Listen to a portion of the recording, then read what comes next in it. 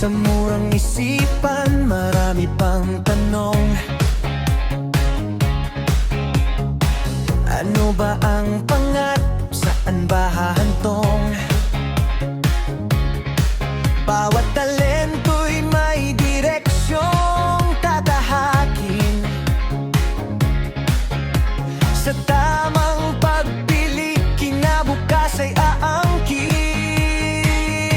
Hindi lang basta trabaho ang pipiliin, serbisyo sa kapwa ang dapat isipin. Piliin ang landas, pangarap ay abutin. Propesyon sa buhay, mundo'y paglingkuran din.